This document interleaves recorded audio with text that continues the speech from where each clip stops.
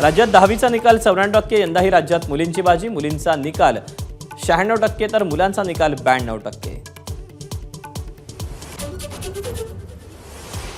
10वीच्या निकालात कोकण विभागाची बाजी, 98% विद्यार्थी उत्तीर्ण तर कोल्हापुरात 96% विद्यार्थी तर मुंबई विभागात 95% विद्यार्थी उत्तीर्ण।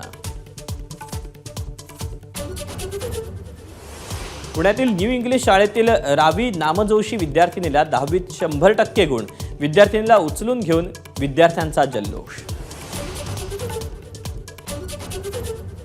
अहिल्यानगरच्या भाई सथ्या नाईट स्कूलमध्ये शिकणाऱ्या माजी सैनिक अंकुश पानमन त्यांचा मुलगा चांगल्या मार्कांनी उत्तीर्ण तर वडापाव विक्रेत्या मंगल रांधवन यांनाही अपूर्ण राहिलेले शिक्षण पूर्ण करण्यासाठी दिलेल्या परीक्षेत यश।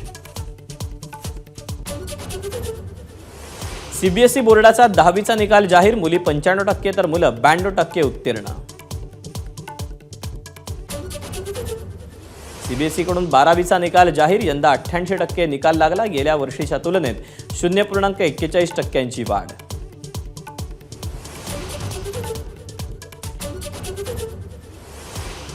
रस्त्यावर राहणाऱ्या बालकांच्या पुनर्वसनासाठी राज्यात फिरत्या पथक योजनेला मान्यता। 29 महापालिका क्षेत्रात पहिल्या टप्प्यात 31 मोबाईल व्हॅन असतील, यासाठी 8 कोटींची मंजुरी। इमारतींमध्ये ईव्ही चार्जिंग स्टेशन नसेल तर इमारतीला एनओसी मिळणार नाही, यासाठी पॉलिसी बनवण्याचं काम सुरू, मंत्री प्रताप सरनाईक यांची माहिती। देशात किंवा राज्यात लवकरच बॉम्बस्फोट होणार अशा धमकीचा मेल, महाराष्ट्र पोलीस नियंत्रण कक्षाकडून मुंबई पोलिसांना माहिती, 2 दिवसात मोठा बॉम्बस्फोट होणार असल्याचा मेलमध्ये उल्लेख। पुण्यातील खासगी रुग्णालयात बॉम्ब ठेवल्याचा कंट्रोल रूमला फोन, मात्र याची चौकशी केल्यानंतर हा फेक कॉल असल्याची माहिती।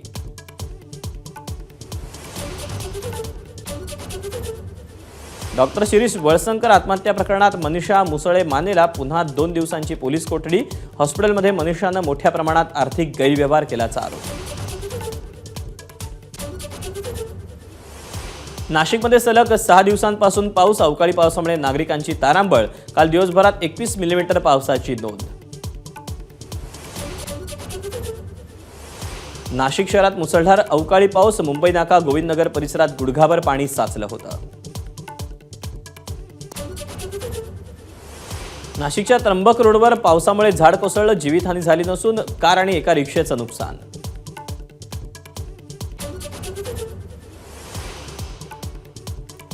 पुणे शहराला अवकाळी पावसाचा तडाखा, सकाळी पुणे शहरात मुसळधार पावसाच्या सरी, पुणेकरांची काहीशी तारांबळ। मुंबईच्या पश्चिम उपनगरात अवकाळी पावसाच्या सरी, अंधेरी, जोगेश्वरी, गोरेगाव, मालाड, कांदिवली, विलेपार्ले, सांताक्रुझ परिसरात पावसाच्या सरी। पालघर जिल्ह्यातील वाडा भागात पुन्हा अवकाळी पावसाची हजेरी, आंबा काजूसह बागायतदारांचं मोठं नुकसान होण्याची शक्यता।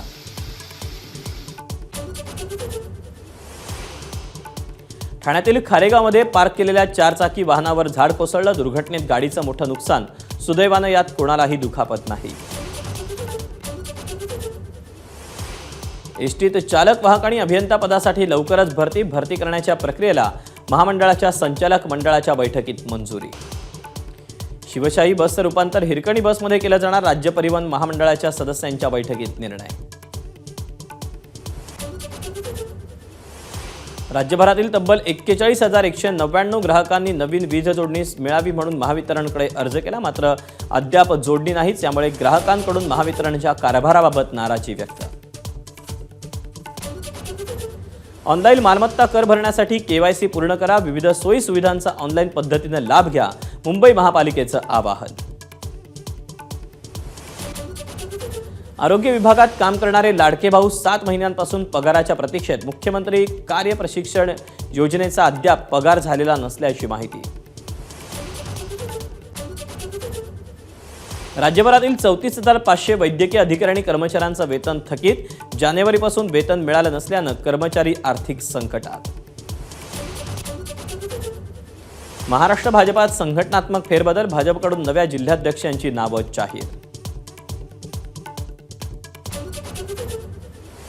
वंचितची मुंबई प्रदेश कार्यकारिणी जाहीर, चेतन अहिरे यांची मुंबई अध्यक्षपदी तर स्नेहल सोहोनी यांची मुंबई प्रदेश महिला आघाडीपदी निवड।